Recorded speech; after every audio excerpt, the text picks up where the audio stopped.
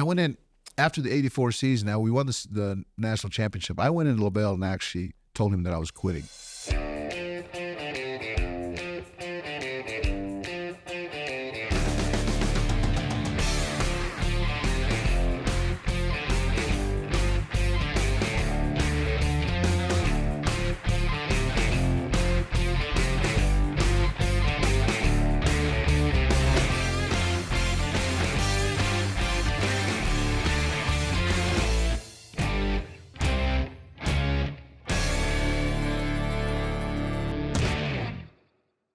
Welcome. Here we are. It is Beyond the Game, and I am so grateful for my good friend Vai Sikahema, who is here with us today. Vai, welcome. Michael, it is so good to be with you. I can't believe that we're sitting here talking, and we're gonna talk about some old times. I've heard some stories from you that I know we're gonna love, and our people are gonna love. So, anyway, Vai Sikahema came in 1980 at BYU. He's renowned for some of the exciting plays that he did at BYU. And then he went on and played a significant career in the NFL, played in the Pro Bowl. And he and I have some mutual friends and some experiences that he shared with me that just touch the heart and are exciting. So, Vi, welcome. And by the way, he's also a General Authority 70 in the Church of Jesus Christ of Latter-day Saints now. Yeah, it's pretty remarkable. When you first met me as a snot-nosed freshman, little punk freshman showing up from Mesa, Arizona, neither you or anybody in our group would have ever guessed. Certainly, I never could have, that I would be a General Authority someday. 42 or 43 or 44 years later. But here I am. But that's been what's been remarkable about our lives is the paths that we've taken. But it all stemmed from our years at BYU. You and I have a lot of shared history. We do. And so much of it is just it's unique to us and unique to our time and to our era. And hasn't it been just a blessing? What a gift we had to be friends and teammates. Yes, absolutely. In fact, within the last year, Vi shared with me a picture that was shared with you. You, I think, spoke at a BYU football preseason event and spoke with the team in person. And I think someone at BYU shared a photo with you. And that photo was after your famous punt return against SMU. And lo and behold, you shared it with me because why? Yeah. Who was the first guy to lay hands on you after you picked up that punt and ran 45. It in? Number 45 in your programs, number 1 in your hearts. Michael Lacey. Nobody at SMU caught you. And you had slowed down once you hit the end zone. I think I backpedaled the last 10 yards. I was such a hot dog. I was such a punk hot dog. No. Let's go back because, all right, this is my junior year in football. You know, my second decade as far as the BYU. No, I'm kidding. But here's Vai Sikahema, a new freshman. We'd had several punt returners that year, so you weren't the only guy that had returned punts or kickoffs. But this is a game, and I'll set the stage here. BYU up to this point had not won a bowl game. The prior year, we were pretty close. We should have won. But here we are 0 for 3 or 4 in bowl games, and I think we put a little more effort into this one, didn't we? Do you remember the coaching staff kind of putting some emphasis on it? Yeah, I think they seemed to me, of course, it was my first experience at a bowl, but they seemed a little uptight, more so than when we were in season. And but I sense it was probably because they hadn't won a bowl game. What was the first one? 1976, maybe, and SMU. I don't think anybody of you'd have to be of our generation. Nobody younger than our kids wouldn't quite understand what a big deal SMU was in that era, in that time. SMU was, I wouldn't put them in Alabama, but they were a powerhouse program. They were a powerhouse program, and this was the first year of, in my opinion, them really being a powerhouse. the other thing, in a year or two later, that very team that we played was considered the best team that money could buy. Yeah, they ended up getting a few years later, I guess, is when, and it was unprecedented. I think no other team before or since have gotten the death penalty by the NCAA, but they were essentially wiped out, and they've not ever really recovered. They've never recovered, that, right? That's right. They never recovered from that. But at the time, they had the two top running backs, and running backs were like quarterbacks in terms of their value. They had the two top running backs coming out of I think they were in the class of 79, because they were sophomores, and they were both Texas running backs, Craig James and Eric Dickerson, and they ended up both going to SMU, and nobody could figure out. Those who were in the know knew why they ended up together. Because normally, common sense would, you split up. Two great running backs, they don't want to be at the same place. They're going to go to different schools. They're going to go to different places. One's going to go there, the other's going to go to Texas or Texas A&M or Alabama or somewhere else. No, they both end up at SMU. And they called them the Pony Express, I remember. Do you remember that? Oh, of course. The SMU I love that. I love nicknames, the Pony Express. And I remember seeing the back of their jerseys a little too frequently in that game. I remember the first time I actually saw them was in the middle of the week. There was a defensive lineman from the San Diego Chargers named Louis Kelcher, who was an SMU alum. And at one of our events with both teams, I think we were at the convention center. No. We were at not the zoo, but the SeaWorld. The SeaWorld. We were at SeaWorld, and Louis Kelcher showed up to see his coaches, and he was a hero as an alum and all-pro defensive tackle. And Louis Kelcher, conservatively, this was 1980. He was probably he was a 6'7", 300 pounds. And there weren't a lot of 300-pounders, but Louis Kelcher was north of 300 pounds. He was enormous, and he had a beard. He just looked like a mountain man. And I remember looking at him, and he wasn't that much. He was like the same size as everybody else. It was like they were the biggest team I have ever seen. Well, did you run into Michael Carter in that game? Michael Carter was a shot putter, won the silver medal in the 1984 And he was no small man. And Michael Carter was wide. He wasn't that tall. Maybe he was 6'1", 6'2". Tall to me. Everybody's tall to me. But he was just wide. There were probably 9 number 1 draft picks on that team. And many of them I ran into in the NFL. But I remember also seeing Craig James and Eric Dickerson in just street clothes. Eric is 6'3", 220, 225. Tall and thin and athletic. And thin. Craig James is 6'2", 230 pounds. A little stockier. But, he's your size. But I remember seeing them, and, I'm 5'9", and I was 175 pounds. And just looking at them and holy smokes, if those are their running backs. Okay, but I want to take you back to something you said, though, because in this bowl game, I want to contrast it, because in the prior years, it was a little bit more of a reward. We were there to enjoy and celebrate our season. And I remember as a competitive athlete, I said, that's okay, coach, but we want to win. We want to win the game too, and we should have a couple of those games. So this game, you said that the coaching staff was a little more a little uptight. Did you feel that way? Oh, absolutely. Yeah. I remember that whole feeling permeated our team, right? Yeah. I remember one night I was in a room with a bunch of Polynesians, and we're doing what we're doing, sitting around talking, playing music, and we had bed check at like 11 o'clock, and this was probably 10:45, getting close to bed check. And I remember Norm Chow came up to our room, and he was doing our floor. Yeah.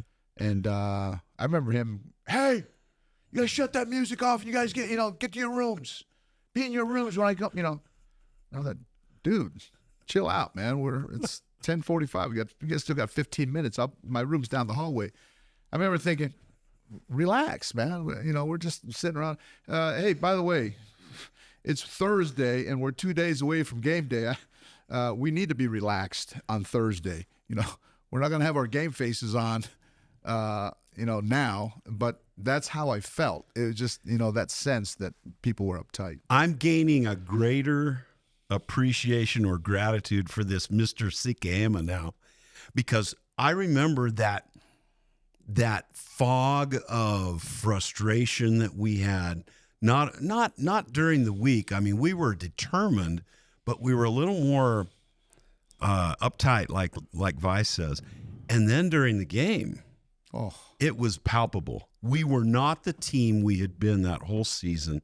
We were playing, I mean, can you imagine shooting a three-pointer and having, your arm is just too tight? You can't do that in basketball. And how does it affect you in football, Vi? Well, if you're a quarterback, especially. Yeah. Some of this just could not have been helped. We could have been loose, and we could have all of that. The truth of the matter is, they were just better than us. They played powerhouse football, which we weren't really accustomed to, even in the WAC teams that we played. And some of the teams we faced, running teams, Wyoming ran the wishbone, Air Force ran the wishbone. A lot of the programs were running teams, but they didn't have the size in their offensive linemen. They didn't have the power. They didn't have the size and the speed of running backs that we were facing with these two guys. And they had a quarterback, Lance McElhaney was his name. He was probably 5'10", 5'11", not very big, but he was an artist. I mean, he was a magician. He could flip the ball. I remember watching him at pregame. I don't know why I remember this stuff. I remember watching him at pregame, and he took the football, and he held it like this, and he rolled it up and to the back of his hand. Really? And then rolled it back. And he was just flipping it back and forth like this. A magician. Literally a magician. He was flipping the football back and forth with his hand. I just thought, man. And then during the game, I saw him just flick it. He would run, he'd ride the fullback, pull the ball out, and then go down the line, and then read the defensive end. I think that's who his read. And then he would just flick the ball to James or to Dickerson, and they'd go for 10, 15, 20 yards. I mean, it was just... That's if we stopped him. Right. Those were the plays where we were able to tackle them. It was 15 yards down the field, but it was remarkable. Let me, though, go back to this appreciation for Mr. Sikahema, because while the rest of us upperclassmen, examples, mentors, are kind of tight, there's this young, he was calling himself a punk. I don't want to call Vi a punk, but there's this young, didn't know better, but in football, generally when a punt hits the ground, what's the word we use? We used to have a word we call, I don't know who came up with it, Peter. Just yell Peter, and everybody would just scatter. Yeah, get away, because if the ball touches you, it's a live ball. Yeah. Here's this guy, and they punted the ball. It was bounding around back there. I'm on the field with him, so I'm thinking, oh, well, this is over. They're just going to down the ball. Peter call, it never comes. No Peter call. In fact, this Vai Sikahema comes up and scoops up the ball. Tell me what was going through your mind. The coaches were probably saying, oh, no, yes. Yeah, that's exactly. No, yes. Look, I'm just, I don't have enough sense as a freshman to really understand. You weren't playing tight, apparently. I'm not playing tight. Good, I'm understanding the gravity. First of all, I just turned 18 like 2 months before. I have no idea what I'm doing here. I can't believe that they gave me a free room for the week.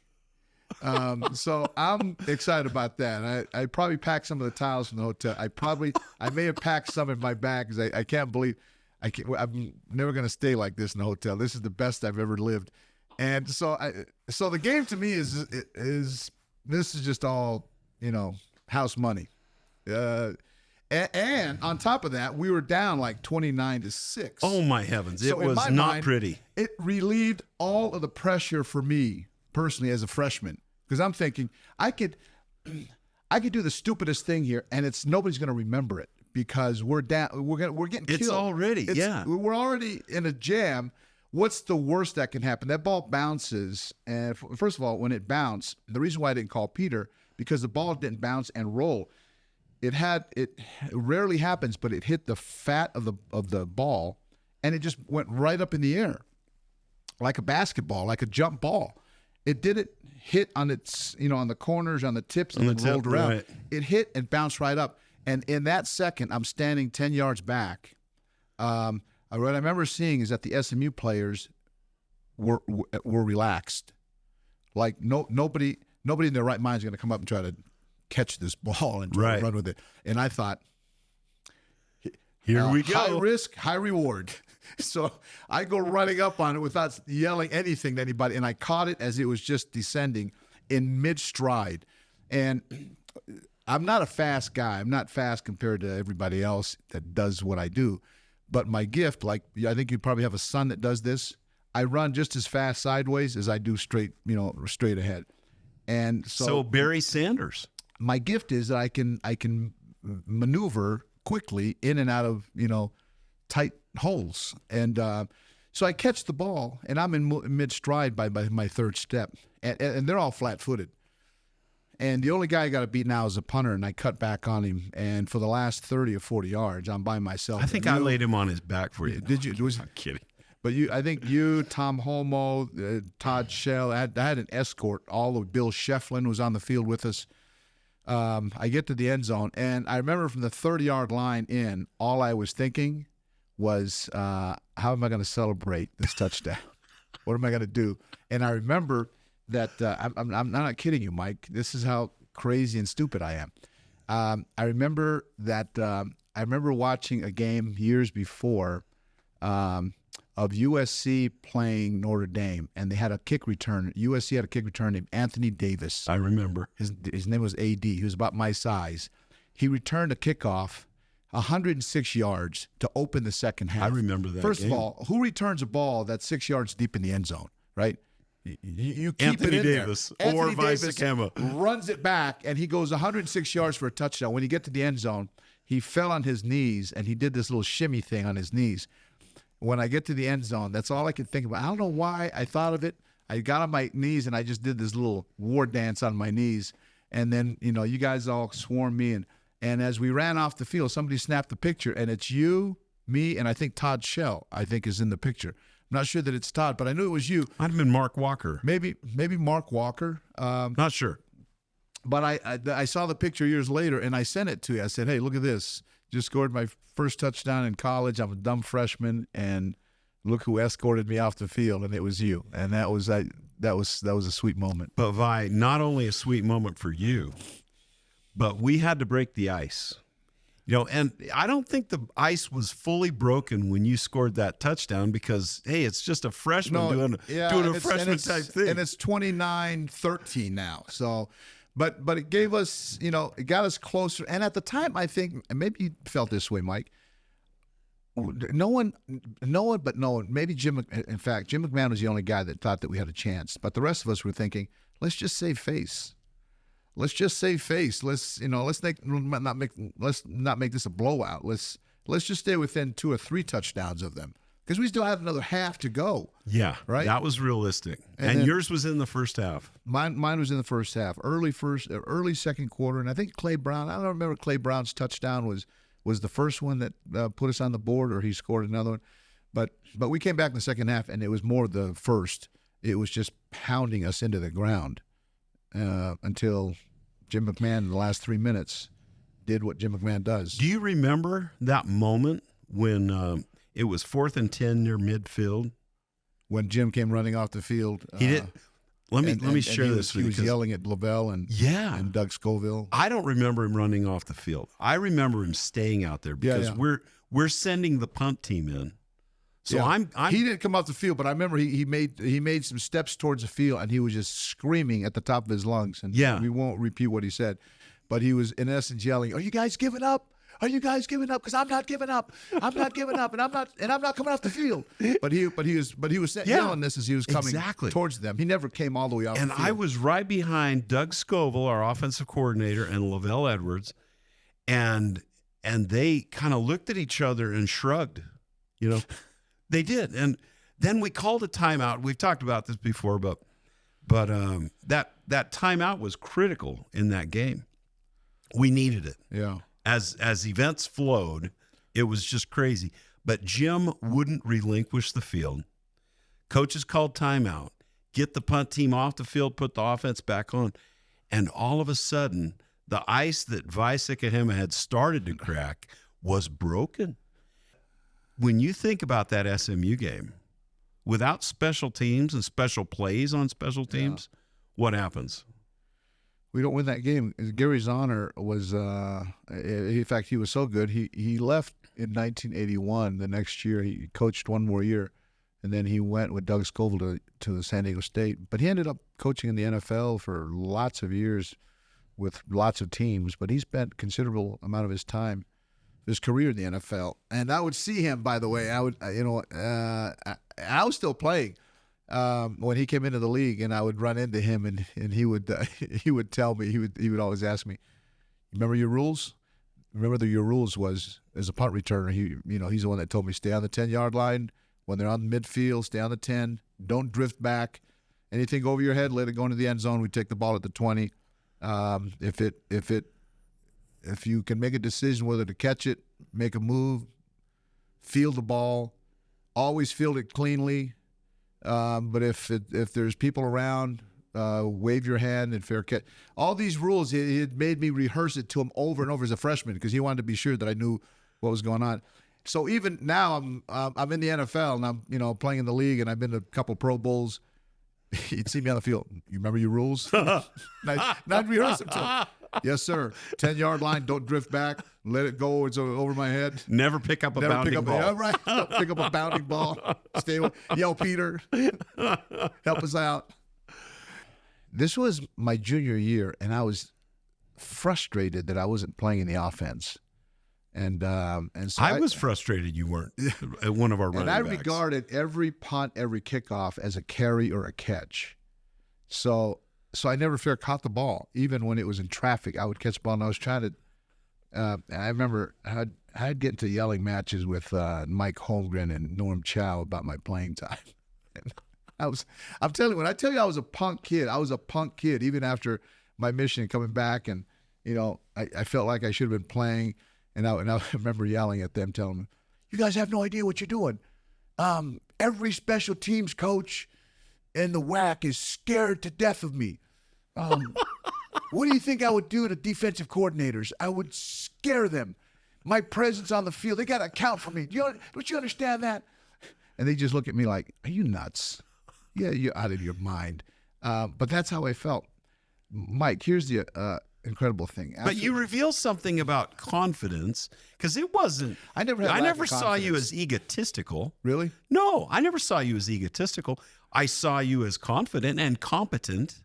Well, I appreciate that. So it's important to be confident. Go ahead. You were going to keep talking. Yeah, maybe there's a fine line between competence, confidence, and cockiness, and and I maybe you just didn't see that side of me, but I crossed it, a lot. And I look back and I regret some of the things that the relationships I had. But I was frustrated. I wasn't getting the playing time that I couldn't. They would explain to me. Part of it, I think, was the. And what do Mike Holmgren and Norm Chow know? I mean, what do they know? Whatever happened to them, anyways? Did Yeah, they do anything with their they careers? failed at everything they did, right? These guys didn't know what they were talking about. Of course, for our younger generation, Mike Holmgren went on to the NFL and was one of the top coaches and offensive Packers, won a Super Bowl, and Norm Chow coaches. had some unbelievable offenses wherever he went. And great men. But this is who they were dealing with. They were dealing with a guy that was just off the hinges. And no, you weren't. And I was frustrated with my playing time. But amazing thing, Mike. I went in after the '84 season. Now we won the national championship. I went into Lavell and actually told him that I was quitting, because I was that frustrated. I'm not playing. I'm just going to concentrate and get my degree and leave. And Lavell said to me, this is what he said to me: "Vai, go home and talk to Keala, talk to your wife, and then come back and talk to me tomorrow." So I went home and talked to Keala and told her what I was doing. And Keala said, "Honey, I don't care about football. I care about you. And here's what's going to happen. If you quit, I don't know why you don't get playing time, but I don't understand the game, and maybe you should get more playing time. Maybe you shouldn't. I don't know. But here's what's going to happen. If you quit, we're going to live the rest of our lives, and you're going to regret, because it's going to haunt you what could have happened your last year. Just go play. And if they don't play you any more than they do, then you've done everything you could, and you can live with that. But you won't be able to live with yourself if you walk away, and you'll wonder what could have happened that last year. I went back the next day, and Lavell said, "What did Cal say?" And I said, I explained to him, and he said, "That's exactly what I was going to tell you." And then he said, "Look at me." He said, "Vi, you're going to play on Sundays." I said, "Coach, with all due respect, how am I going to play on Sundays when I don't play on Saturdays?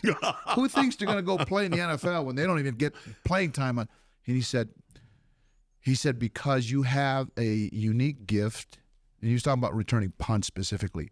"You have a unique gift to do that one thing, and it's highly valuable at the next level. In fact, it's more valuable at the next level than it is here." He says, "Because 5 and 10 yard increments is highly valuable at the next level. How they call their plays is dependent on whether if they get the ball at the 10 or at the 20-yard line. So you make that difference." He said, "In our offense, we start at the 2-yard line. We call plays whether we're on the 2 or we're on the 50. We're still planning on scoring. Yeah, it doesn't. But it's a field position game in the NFL. In the NFL, it's a field position. I mean, game. You just gained another first down for him with the punt return. And I hadn't thought of that. In fact, I didn't believe him. I said, "Coach, it still doesn't make sense to me." He says, "No, it doesn't make sense to you, but I'm just telling you because I know the scouts and the coaches that come here and scout. They always ask about you, and they ask about your makeup and who you are." And I'm thinking, holy smokes, maybe I shouldn't have yapped my mouth so much. He said, "But so just be patient." And I came back and played the 85 season, and lo and behold, and by the way, I didn't get much more playing time in the 85 season, but I get drafted by the St. Louis Cardinals. So Lavell was absolutely right. I made a career, played almost a decade in the NFL, went to a couple Pro Bowls, because Lavell understood that I had value at the next level, but it wasn't as valuable in college, my specific skill set. And somehow he convinced you of that too. Well, or you and Kayla. Luckily I was married to a really smart girl, and who helped convince me and talk me down off the ledges. And Lavell is Lavell. I had great respect for him, as we all did. And I just, I think I just trusted Lavell, and I knew Lavell knew football, and he knew people, and people respected Lavell. I shouldn't have been shocked by this, Mike, and this doesn't shock you. You've known this. When I got to the next level, I get to the NFL. The coaches they speak in such reverence and such glowing terms about Lavell Edwards. I mean, they just respect him. You could tell that he had respect across. Every coach. And that's one of the reasons why we had such great offensive and defensive coordinators. Oh, yeah. He attracted them because he wasn't egotistical. Yeah. He was willing to share the limelight with everybody. And he didn't care who got the credit. In fact, he ceded the credit to his coaches and let them. But you look around and you see coaches, they wear the headphones and they want to be involved in the play. They're calling the plays. They want to know what's going on. Lavell, no headset. I'm not even sure if Lavell actually knew any of the plays. He'd come in and check in. What are we calling? They'd tell him the play, and he'd go, "All right, that's good." But he made the decisions, as we both know. If we were 4th and 1, do we go for it? Do we kick the field goal, or he'd make those crucial decisions. But he didn't get involved in the calling of the plays and playing time, which frustrated me. I felt like he should have stepped in. No, I'm going to let my coaches decide who gets playing time. I had some same experiences. We have very parallel courses. Yeah. That's why we've been friends all these years. Ooh, man. Except you weren't as crazy as I was about yapping at coaches and yelling at them. Oh, actually, Diana's aware of I was. This is where I want to go. Because Vai Sikahema has a wonderful career, and it's good to know about these struggles that you had to fight through. You go on and you're playing in the NFL, and we'll talk a little bit about the friends that you ran into there. But I want to hear, because I know that your father was expecting you to be a boxer. Yeah, when we immigrated, they don't play American football in Tonga. They play it in American Samoa, but not in Tonga. My father was a rugby player, but he was also a fighter. He was a boxer. And so when we immigrated, his master plan was that I would one day become the heavyweight champion of the world. And so was it Muhammad Ali or Joe Frazier that was his style? Whose was his? His style was Joe Frazier. Really? Frazier's shorter, and he loved Frazier's tenacity, and in fact he trained me to fight that way because he knew I wasn't going to be that tall. Ali's 6'3", 6'4", and had long arms, and his jab was legendary because he'd keep people off like Frazier. But the reason why the Ali-Frazier trilogy is so memorable even 50, 60 years after is because of their styles. Their contrast in styles is what made that fight interesting. Because Frazier, I can still hear Howard goes, down goes Frazier. Down goes Frazier. Oh man. I think I was on my mission when. But go ahead, you keep going. No, but my dad my dad trained me to fight in that manner, in that style. It was, bob and weave. You got to come in, and you had to have the toughness, and maybe this is why I translated to football. I had the toughness to be able to take punches on your way in, bob and weave your head, but you had to go in and uncork the left hook because that's what Frazier did. That's the power. That's the power, and that was Frazier's dynamite was that left hook, and I had that same. So we trained on how to turn my hips, how to snap them, how to transfer weight from my left leg to my right leg, and all of that. Anyways, so we trained, and I had close to 80 amateur fights by the time I was a freshman in high school. Wow! We were fighting, we were traveling, we were in a. Do you wear helmets in that? Oh yeah, as amateurs. You wear, you not kind helmets, of a padded, like padded. yeah. Okay. Yeah. Just curious. You fight 3 rounds, 3-minute rounds. We were running 3 miles a day every morning. By the time I was in the 7th grade, 9th grade. This was a team, or your dad and you? No, just me and my dad. And that's boxing is an individual sport, so we were training at a gym. Rendezvous Park in Mesa, Arizona, was the spring training home of the Oakland A's, and underneath it was a municipal-owned stadium, and underneath the stands was an old gym. It was run by an old African-American man named Gene Lewis. He was a legendary in Mesa, where I grew up, and he trained fighters there. And my dad and I went and trained there. So by the time I was in I was just about to start 9th grade. I'd had probably 76 amateur fights, won most of them. I didn't lose much, but we would travel. We'd be in this pickup truck every weekend. We'd be driving to Albuquerque and Las Cruces, Holbrook and Winslow, every small, town in the Southwest. We were driving there on the weekends, and we'd fight in tournaments, and then we'd drive home Sunday. And as you can imagine, my mother hated boxing. Much as my dad loved it, my mother hated it because it was taking me away from church. She didn't see a pathway for me to go serve a mission and marry in the temple, all the things that a mother would want for her son. And she tired, frankly, of putting ice packs on my face when I would come home. But this is my dad's dream for us. So here's what happened. 9th grade, I go to high school. I was actually in junior high. I went to junior high with your sweetheart. And when I get to 9th grade, I realized nobody knows that I'd training as a boxer.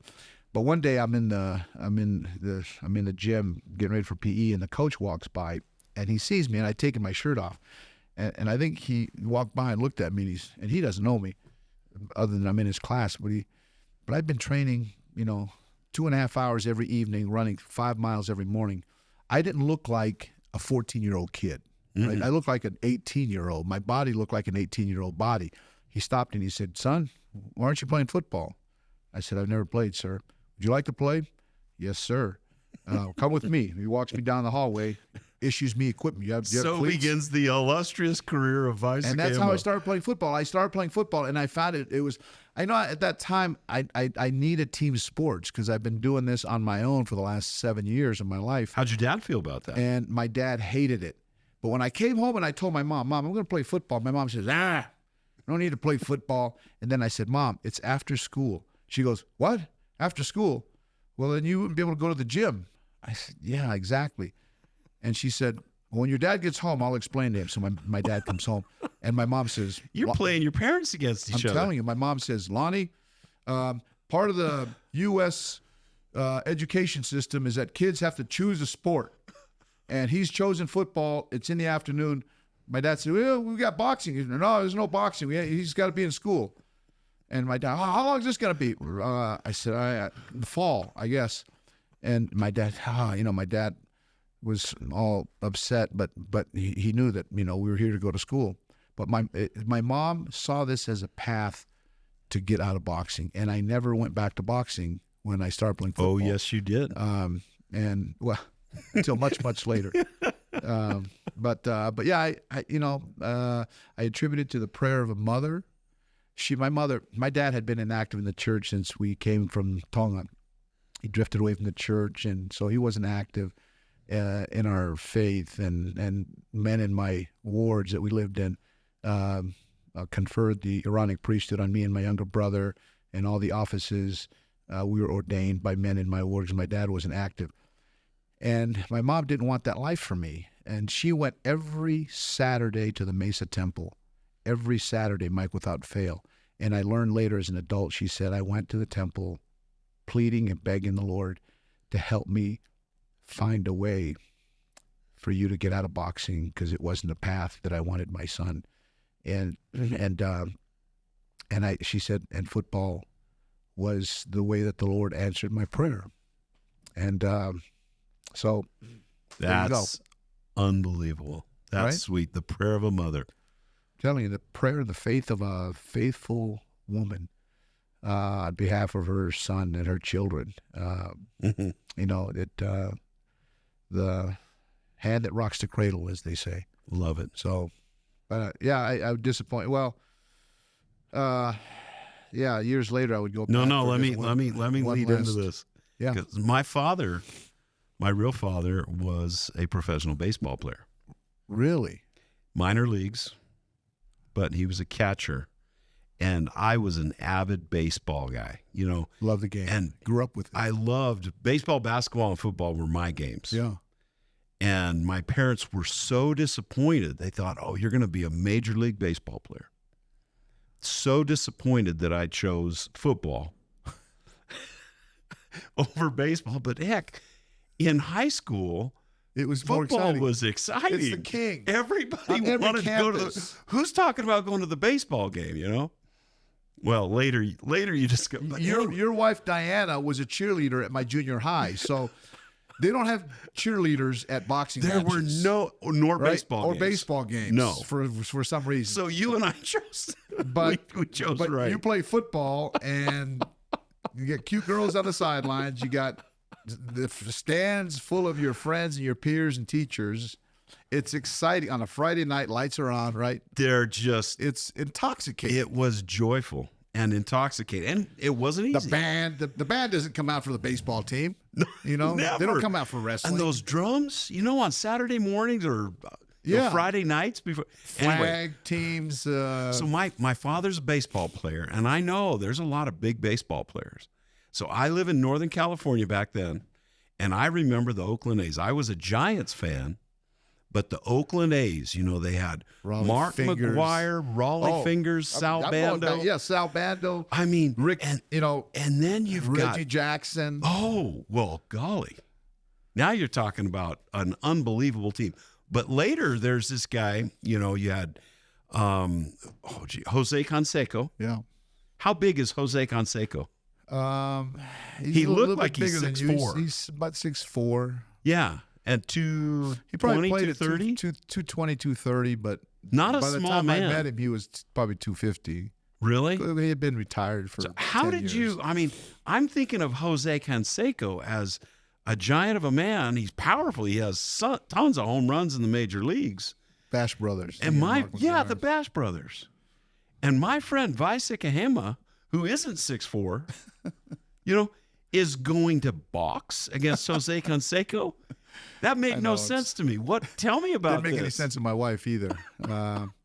one night I'm driving home, and I'm a sportscaster in Philadelphia for the NBC station, and it's not unusual to get phone calls from agents and whatnot, and they call you and say, hey, I've got a story from my client.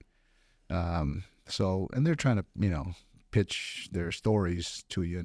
But I get a call one night, and I don't recognize the number. I pick it up. The guy says, hey, so-and-so, I represent Jose Canseco. Hey, yeah, how you doing? Good. You know who Jose is? Yes, I know who he is. Baseball player. He says, we just signed a contract for Jose to, he says he's had a tough life. He's had 3 divorces. He's lost his homes, but he's starting a new career in boxing. And Jose is a, black belt in judo and taekwondo really? and other things. But he's going to box because he can make money. He can draw a gate in boxing. But we secured his first fight in Atlantic City, which is in my viewing area where I work in Philadelphia.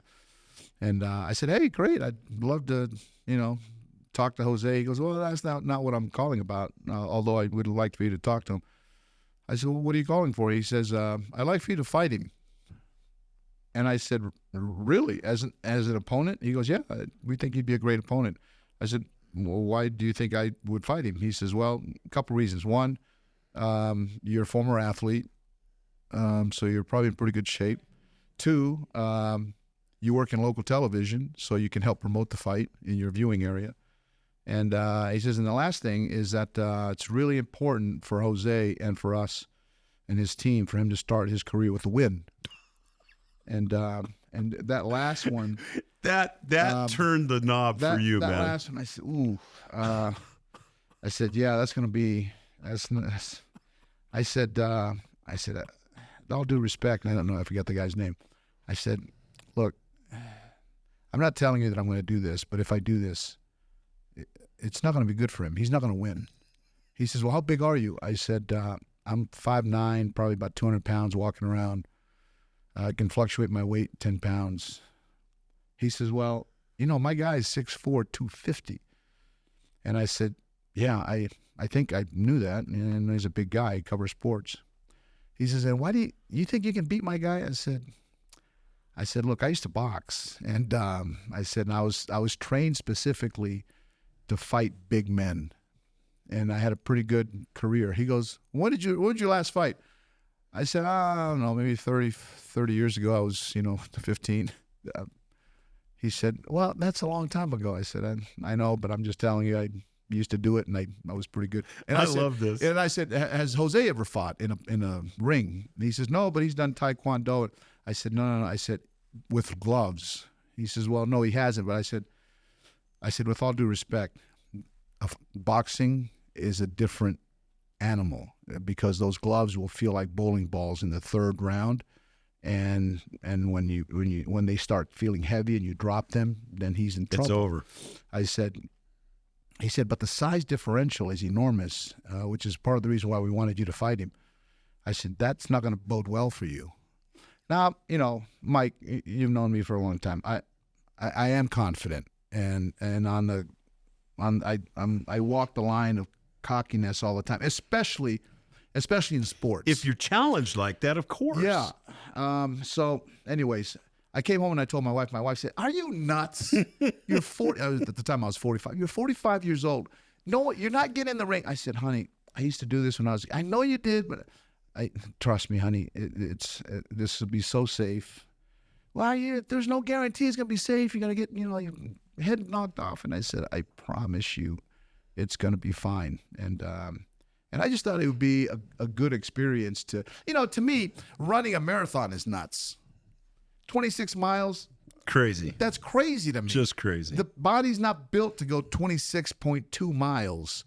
I think that's nuts. But people do it all the time, and they survive, and they have a good... I said, honey, it's like that. I said, this is something that I'm uniquely built to do. I love it. And when am I ever going to get a chance to do this? She says, maybe another time that's somebody that's more your size. I said, but that's just it. It's the challenge of somebody that size. He's athletic. He's a big guy. Sure. He's athletic. Yeah. But I said, but she's never boxed before, and it's gonna turn out well. Anyways, my wife let me do it. And She said, one match, then you're done. I said, I'll call it a career after one match. Win or lose, I'm done. So we did it. I was crazy, but we did it. How many rounds did it go? It went less than one round. That's what I thought.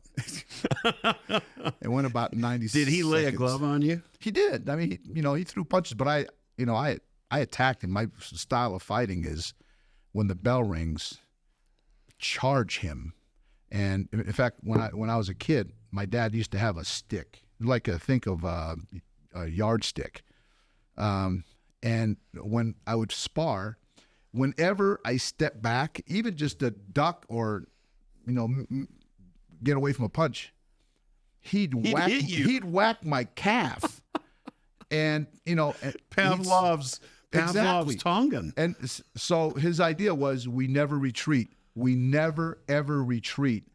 He said, pretend he's got a pork chop, lay around his neck, and you're a bulldog. We just stay right here in his chest. That's where we engage him, right there. And my dad was a tough guy, like, men of his generation. No doubt. And I was raised like that. So that's how I fought. When the bell rings, boom, I'm right there. And I if you watch it, Frazier fight, that's maybe a combination of Frazier and Mike Tyson. That Tyson he'd come into height, short, but we're coming at you, and it's going to be. Did you find that lower center of gravity helped you? I think so. I mean, yeah, I've got and I've got good body control from playing football, and I know how to adjust my weight and shift my my weight. I think all of that helped. Football, actually, there's so many traits that I learned, things that I learned from boxing. Like, for instance, one of the things that I did really well in football was make people miss in tight spaces. But if you think about boxing, you don't make people miss. You don't jump out of the way. It's head movement. It's bobbing and weaving and shifting your weight. And here it's like this. It's just subtle head movements is how you make people miss. That's exactly what you do to shake a guy. So I found football to just be much easier because I boxed. And not to mention the toughness that comes from the grueling regimen of boxing. Training for boxing is grueling. And I remember the very first time I went out for football, after I started, we ran it's nice, cool weather in Mesa. That's nice. Gosh. In August, it's always nice and gentle. We're running wind sprints, right? We ran 10:40s, and I remember after the 6th or 7th one, this kid threw up and started crying. We're 14-year-old kids, and I remember thinking, what? Why is Mark crying? Why? This is easy because I've been running 5 miles every morning. And I didn't find this hard at all. I thought it was just much easier. And I love football for all the reasons that people. Did your dad end up loving your football? He did. By the time I was a junior, people were coming to visit me, and it was Lavell, Frank Cush at Arizona State, who we had loved, and I actually committed to go to tough Arizona man. State. Oh, tough as Another nails. tough guy. Short, stocky guy. Barry Switzer came from Oklahoma to visit our home. Terry Donahue from UCLA. John Robinson from USC came to our house. I don't know that I was, top of their list, but they came to my home because I think they had to come and pay a visit to anybody that was, in the area. But one time, Frank Cush was sitting. We didn't have couches like this. We had mats. People came and sat on the floor. Cross-legged? Cross-legged. People sat on the floor. Take your shoes off at the door, and Frank Cush was sitting on a mat, and my father asked Frank Cush, Coach, what my son need to come to ASU? And he didn't know. At the time, my dad didn't know really what they were there for.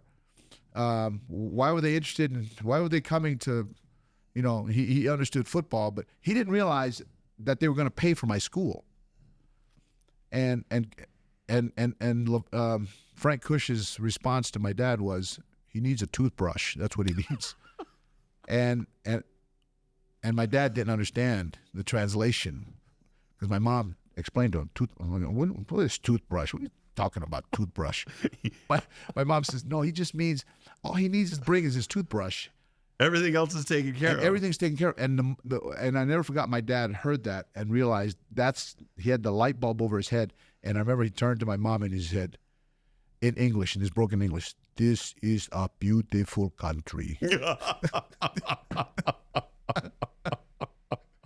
Oh, man. Oh, Vai, what a day. Thank you. So our mutual friend, Jim McMahon. Oh, Jimmy Mac. And you played in the NFL, and Yeah. you shared something with me, about a visit that you made near Washington, D.C. Oh, yeah. Or can you tell me about just tell me about your relationship with our friend Jim. Jim just always, he's probably anybody that played with Jim on any team, college, pros, Chicago, Philadelphia, the Packers, all the teams that he played for. Brett Favre still says that Jim McMahon was one of his favorite teammates and maybe the smartest guy he ever played with. And he's had two BYU guys, Ty Detmer and Jim McMahon, were there with him. And, of course, Andy Reid was coaching him. Jim, we both feel the same way. Jim's just the smartest football guy that I've ever been around. But he was just always a really, really good teammate. He could, and anybody that played with Jim would go through the wall for Jim because he inspired confidence. He had a way of leading. His leadership style was different. It was a sharing. He wanted to share with people. He shared he shared glory with people, which is not. Now the outward expression when he talked to the media and stuff, I mean, all the fans thought, "Oh, he's just a punk." Yeah. But in the background, what's going on? In the background, he's the most caring guy, but he doesn't. Charles Barkley once told me that there's two kinds of professional athletes. They're either good guys who want to make you think that they're not, or he says, but the majority of professional athletes are bad guys who make you think that they're good guys. But Jim McMahon is one of those guys that he likes people thinking that he's a jerk.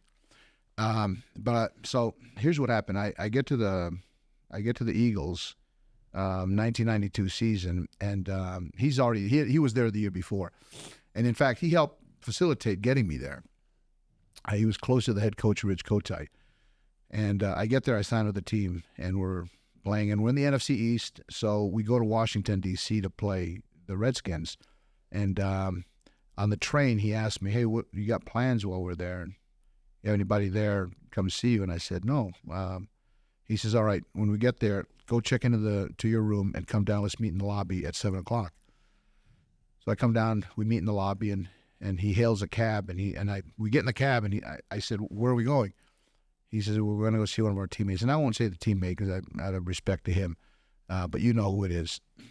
We had a teammate, mutual teammate, and a mutual friend for all of us at BYU that had hit hard times. He lived in the Washington, D.C. area. He came from the Washington, D.C. area. On the way, Jim explains to me this teammate had a drug problem. I didn't know that. And I hadn't seen this teammate since I left BYU, and it had been 6 years or 7 years into my career. And Jim explained to me that this teammate had hit hard times and had drug issues, broken up his family, but he was in a drug rehab center, and that's where we were going. And then he said to me, "Vai, I want you to," he says, "no one can ever know that we did this." I'm only telling the story because the statute of limitations has passed. So, and what's Jim going to do? Box with you? Exactly, right? But he said, "We're going to get there. We're just going to go see him and check in on him." We get there, and this guy comes out, and he had a nurse with him that stayed with him. We just sat out in the patio. We sat there and talked, and we laughed, and Jim told stories, and we all did. We were, we probably were there for an hour and a half, 2 hours, and then it was time for us to get back. So we came out and hailed a cab, and and left. And on the way back to the hotel, I said to Jim, how long has he been there? He said he's been there. He says this is his second or third time, and he said I said how does he afford it? He says he doesn't. I pay for it. Mm. I said for all of his this is his third stint. You paid for each one. He says yeah. He's not in a position to pay for that, and I can, so I do. I was just taken back. I said, Jim, that's the kindest thing. He said, but I made you promise me you're never going to say anything to anybody, right? I said, yes, I won't say anything to anybody. As I said, the statute of limitations is passed, so I can tell the story. Sounds like a pretty good ministering visit to me. I'm telling you. Do you know what my nickname for him is? Tell me. He probably calls you kid the way he calls everybody kid. I call him Bishop McMahon. I tease him. I call him Bishop McMahon, and I always explain the reason is, and I've told him, I said, Jim, when you get baptized someday, I will come to, I said, within 3 years of your baptism, I predict you'll be a bishop in the church. He goes, man, I ain't going to be no bishop in the church. I said, Jim, you will be. Why do you think I'm going to be a bishop? I said, here's why you're going to be a bishop in the church, because no one will ever come confess anything to you that you haven't done twice. So you'll be the most understanding, compassionate bishop. Empathetic. I said, and he just cracks up. He goes, ah. So I teased him. I said, Bishop McMahon, one day you're going to join the church. You're going to be a bishop in short order. I'm telling you this because many of us have had similar experiences with Jim McMahon, where he would do little things like that, away from the glare and the spotlight, because he was just that kind of guy. That's why I love the man. Now, there's just as many stories of him being stupid and doing stupid stuff, I know. Unfortunately, we never did any of those stupid things. So Of course we did it. But on balance, as we all are in our lives, we all do stupid things. We're all on a path. But we're all on a path, and I think people ought to know that a guy like Jim McMahon, as crazy and dumb and stupid as he's been in his life, he has this other side of him that would explain much of who he is and what he's done. I love your story. Thank you, Vai. I love you, man. Vai, thank you so much. You're the man. It's wonderful to have you on the team, in the family, and thank you for your stories today and your spirit. They're just stories now. They're stories, but that's who we are. I'm so glad you do this. I'm so glad you do this and that you invited me to be a part of it. Thank you, Vi. I love you, Mike Lacey. Love you too, Vai Sikahema.